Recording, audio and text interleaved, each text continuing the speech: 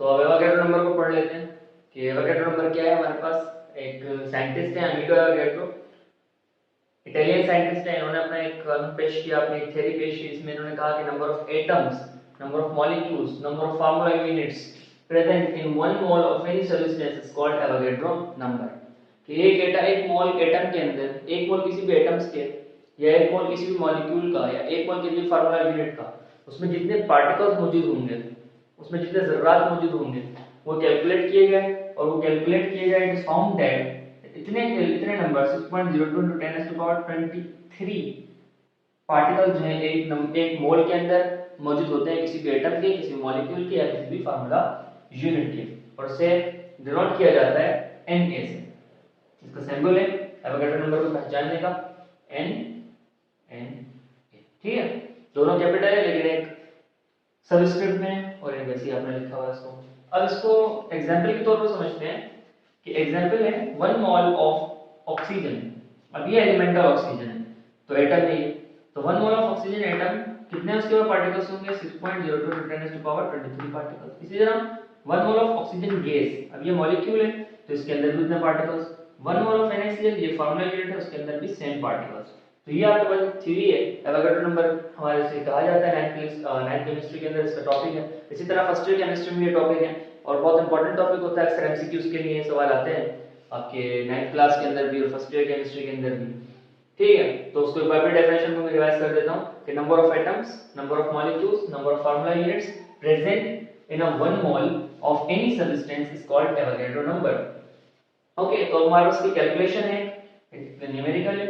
इसको फाइंड करने का अच्छा फार्मूला क्या होता है, नंबर ऑफ एटम्स फाइंड करने का, नंबर ऑफ मॉलिक्यूल्स फाइंड करने का, या फिर number of formula units find करने का किसी भी 1 मोल ऑफ एनी सब्सटेंस के अंदर। तो क्या होगा, number of atoms is equals to given mass multiplied by Avogadro number divided by atomic mass, molecular mass और फार्मूला मास। जो आपको चीज जिसकी आपको फाइंड करना हो आपने उससे डिवाइड कर देना है, उसके एटॉमिक मास, उसके गिवन मास से। ठीक है, अच्छा कैलकुलेशन कर लेते हैं इसकी। पहला सवाल है हमारे पास, पढ़ लेते हैं पहले इसको, सवाल पढ़ लें पहले।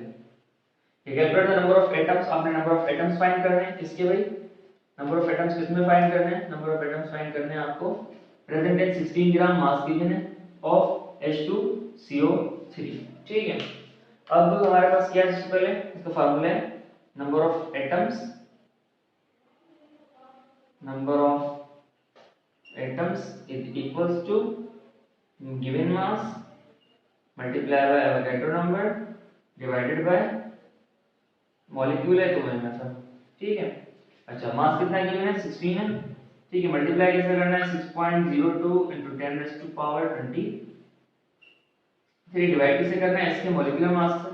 पहले इसका मॉलिक्यूलर मास निकाल लेते हैं। हाइड्रोजन का हो गया बस 2, कार्बन का हो गया 12 और ऑक्सीजन का हो गया 48। 3 ऑक्सीजन इसमें 48, 48 12 62 हो गया, टोटल 62। ठीक है 62, इसको डिवाइड करो, देखो क्या जवाब आता है। देखो 1.5, तो इसका जवाब आया 1 पॉइंट, इसका जवाब आया आपके पास 1.55 into 10 raised to power 23 atoms. ठीक है, इतने नंबर ऑफ एटम्स जो है 16 ग्राम ऑफ H2CO3 के अंदर मौजूद होंगे।